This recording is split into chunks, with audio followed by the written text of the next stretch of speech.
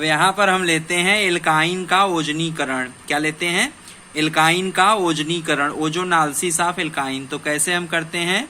Carbon tetrachloride CCl4 की उपस्थिति में, कार्बन टेट्राक्लोराइड की उपस्थिति में एल्काइन का ओजोन से अवक्रिया कराते हैं तो एल्काइन ओजोनाइड बनता है। क्या बनता है? एल्काइन ओजोनाइड बनता है।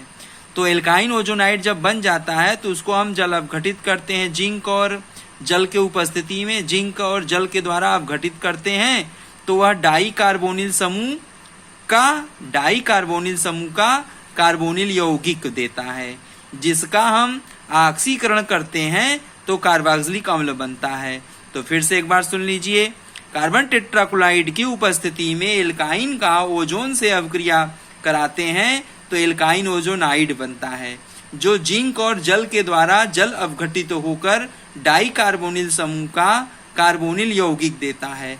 तो जो कार्बोनिल यौगिक प्राप्त होता है उसका हम हाइड्रोजन पेरोक्साइड की उपस्थिति में ऑक्सीकरण कराते हैं तो कार्बोक्सिलिक अम्ल बनता है। देखिए कैसे होता है। अब यहाँ आप देखिए, मैंने लिखा है, जैसे मैंने यहाँ लिया एसीटिलीन। क्या लिया? एसीटिलीन अर्थात एथाइन। तो एथाइन का हम ओजोन से क्रिया करा रहे हैं। किससे करा रहे हैं? ओजोन से, O3 से। किसके उपस्थिति में? कार्बन टेट्राक्लोराइड उत्प्रेरक की उपस्थिति में।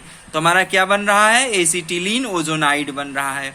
अब एसीटिलीन ओजोनाइड जो बनता है ये अस्थायी यौगिक है।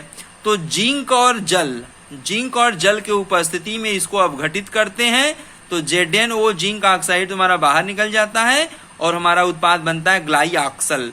माने देखिए यहाँ से समान से विदलन होगा, यहाँ से समान से विदलन होगा तो इस ऑक्सीजन पर ऋण आएगा जो जिंक से अपक्रिया करके जिंक ऑक्साइड बना लेगा। और यहाँ से विदलन हुआ तो कार्बन पर फ्री रेडिकल, यहाँ से विदलन हुआ तो कार्बन पर फ्री रेडिकल्स।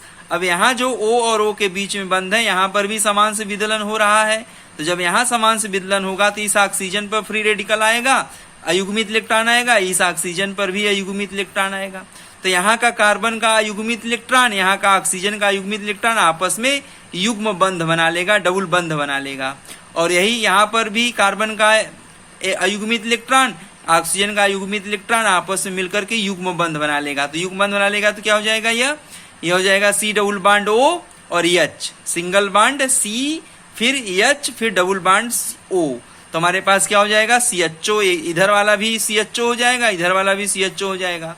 तो एक ही यौगिक में दो CHO, जिसको हम क्या बोलते हैं? ग्लाइऑक्सल बोलते हैं। क्या बोलते हैं? ग्लाइऑक्सल। अब ग्लाइऑक्सल का हाइड्रोजन पेरोक्साइड उत्प्रेरक की उपस्थिति में जब ऑक्सीकरण करते हैं तो हमारा ऑक्जेलिक एसिड बनता है। माने आप जानते ही हैं कि एल्डिहाइड का जब भी ऑक्सीकरण किया जाता है कार्बोक्सिलिक बनता है, क्रियाविधि के चैप्टर में बताए हैं। तो यहाँ एल्डिहाइड दो अणु है तो हाइड्रोजन पेरोक्साइड ऑक्सीकारक की उपस्थिति में ग्लाइऑक्सल का ऑक्सीकरण कर दिए तो बन गया ऑक्जेलिक एसिड। अब ऑक्जेलिक एसिड अस्थायी होता है, यह तुरंत अपघटित होकर के फार्मिक एसिड बना लेता है। माने ऑक्जेलिक एसिड अपघटित होकर फार्मिक एसिड का दो अणु का निर्माण कर देता है। ये तो हमारा हुआ एसिटिलीन का ओजोन से अवक्रिया करेंगे तो हमारा उत्पाद बनेगा ऑक्जेलिक एसिड। तो ये ध्यान रखिएगा, कक्षा 12 में आपको चैप्टर नंबर 13 में पढ़ना है कार्बोक्सिलिक यौगिक, माने कार्बोक्सिलिक एसिड। तो कार्बोक्सिलिक एसिड का वहां हेडिंग आएगा कार्बोक्सिलिक एसिड का निर्माण। तो आप यहीं पे पढ़ ले रहे हैं, वहां जब आएगा हेडिंग कार्बोक्सिलिक एसिड का निर्माण कैसे करोगे तो आप कहोगे हम जानते हैं कैसे। एसिटिलीन का ओजनीकरण कर देंगे तो हमारा फार्मिक एसिड बन जाएगा, अर्थात इस विधि के द्वारा हम फार्मिक एसिड का निर्माण कर सकते हैं। इसी प्रकार से देखिए हमने यहाँ दूसरा रखा है, और एसिड का निर्माण करना है तो दूसरा यहाँ पर हमने रखा, दूसरा एग्जाम्पल यहाँ रखा है एक प्रतिस्थापी एल्काइन। एक प्रतिस्थापी एल्काइन मतलब देखो यहाँ C ट्रिपल बॉन्ड CH है, उसमें एक ठो R लगा दिया तो एक प्रतिस्थापी एल्काइन हो गया। अब एक प्रतिस्थापी एल्काइन का जब ओजोन से अवक्रिया कराएंगे, कार्बन टेट्राक्लोराइड की उपस्थिति में ओजोन से अवक्रिया कराएंगे तो हमारा क्या बनेगा? एल्काइन ओजोनाइड बनेगा। अब एल्काइन ओजोनाइड बन गया। अब एल्काइन ओजोनाइड बन गया तो जिंक और जल की उपस्थिति में इसको अपघटित करेंगे, क्योंकि ओजोनाइड अस्थायी होता है तो जिंक और जल की उपस्थिति में ये अपघटित हो जाता है। तो ये जिंक ऑक्साइड बाहर निकल जाएगा और यहाँ जो बंध हमने दिखाया है, यहाँ बंधों पर बंध विदलन समांश होगा।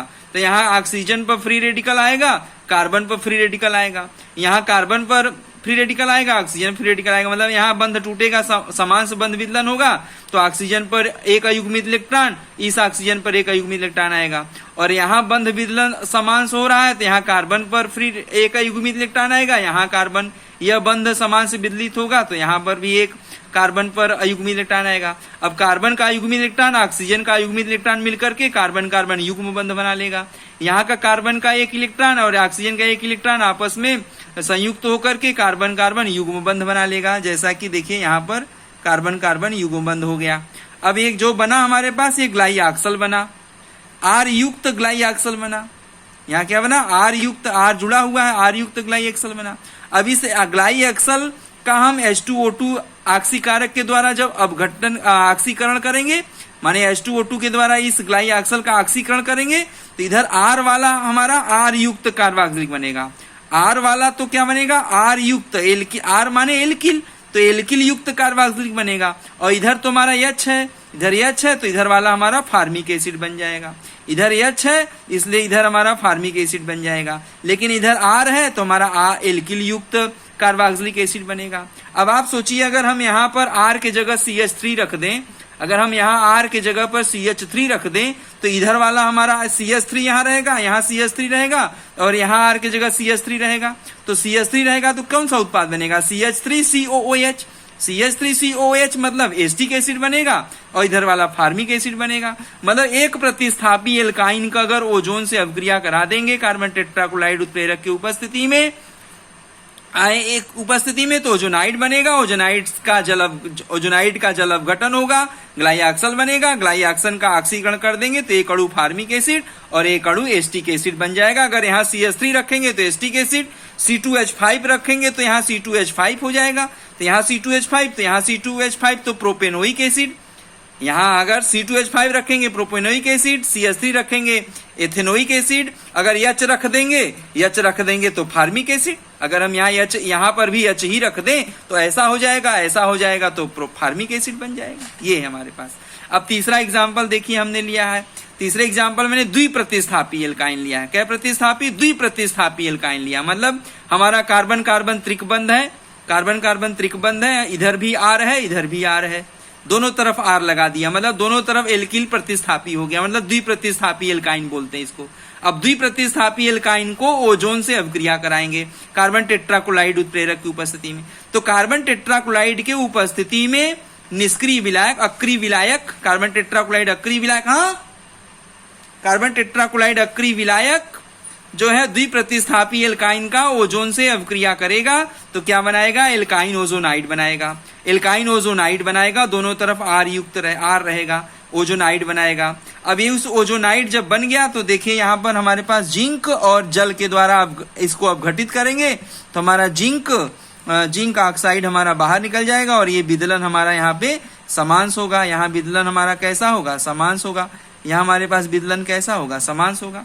अब ये यहाँ समांस विदलन होगा जिंक और जल की उपस्थिति में, तो अब ये जो है अपघटित हो जाएगा, ये ओजोनाइड एल्किल ओजोनाइड अपघटित हो जाएगा। तो यहाँ कार्बन कार्बन युग्म बंध, कार्बन कार्बन युग्म बंध, देखो यहाँ कार्बन कार्बन युग्म बंध, कार्बन युग्म बंध ऑक्सीजन, कार्बन युग्म बंध ऑक्सीजन, और दोनों तरफ से R लगा हुआ है। अब दोनों तरफ से R लगा हुआ है तो हाइड्रोजन पेरोक्साइड हाइड्रोजन पेरोक्साइड ऑक्सीकारक लगाएंगे तो ये हमारा डाई कार्बोनिल यौगिक, ये हाइड्रोजन पेरोक्साइड ऑक्सीकारक की उपस्थिति में ये डाई कार्बोनिल यौगिक, इसको भी हम ग्लाइऑक्सल ही बोलते हैं। क्या बोलते हैं, ग्लाइऑक्सल, ग्लाइऑक्सल बोलते हैं।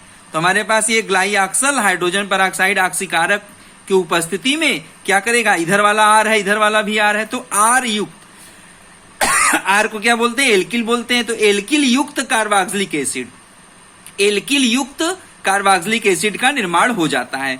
तो अब देखिए यहाँ पर अगर हम इधर CH3 रखें तो इधर वाला एस्टिक एसिड बनेगा, अगर इधर भी CH3 रख दें, दोनों तरफ इसको CH3 कर दें तो यहाँ CH3 और CH3 हो जाएगा और एस्टिक एसिड उत्पाद बन जाएगा।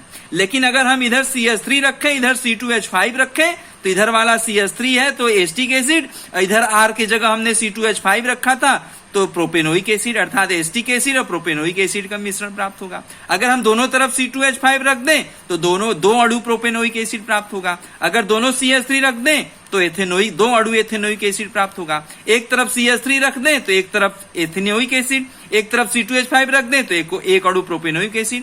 अर्थात जब हम द्विप्रतिस्थापी एल्काइन का जो है कार्बन टेट्राक्लोराइड की उपस्थिति में ओजोन से अपक्रिया कराते हैं तो एल्काइन ओजोनाइड बनता है, और जिंक और जल के द्वारा यह ओजोनाइड अपघटित हो जाता है, और अपघटित होकर के डाई कार्बोनिल यौगिक का उत्पाद हो जाता है। डाई कार्बोनिल उत्पाद बनता है जिसको हम ग्लाइऑक्सल कहते हैं। अब इस ग्लाइऑक्सल का हाइड्रोजन परऑक्साइड ऑक्सीकारक के द्वारा जब ऑक्सीकारक लगाते हैं तो ये ऑक्सीकृत हो जाता है और हमारा आर युक्त कार्बोक्सिलिक एसिड का निर्माण हो जाता है। तो ये हमारा हुआ जो है एल्काइन का ओजोनाइड, एल्काइन का ओजनीकरण। तो हमारा ये हो गया एल्काइन का ओजनीकरण। अब हम बी पार्ट लेंगे, अगले ऑडियो में बी पार्ट लेंगे, एल्काइन में अम्लीय हाइड्रोजन की अपक्रिया। बी पार्ट में हम लेंगे अम्लीय हाइड्रोजन की अपक्रिया, एल्काइन में अम्लीय हाइड्रोजन की अपक्रिया हम अगले ऑडियो में लेंगे। आज के लिए बस इतना ही, धन्यवाद।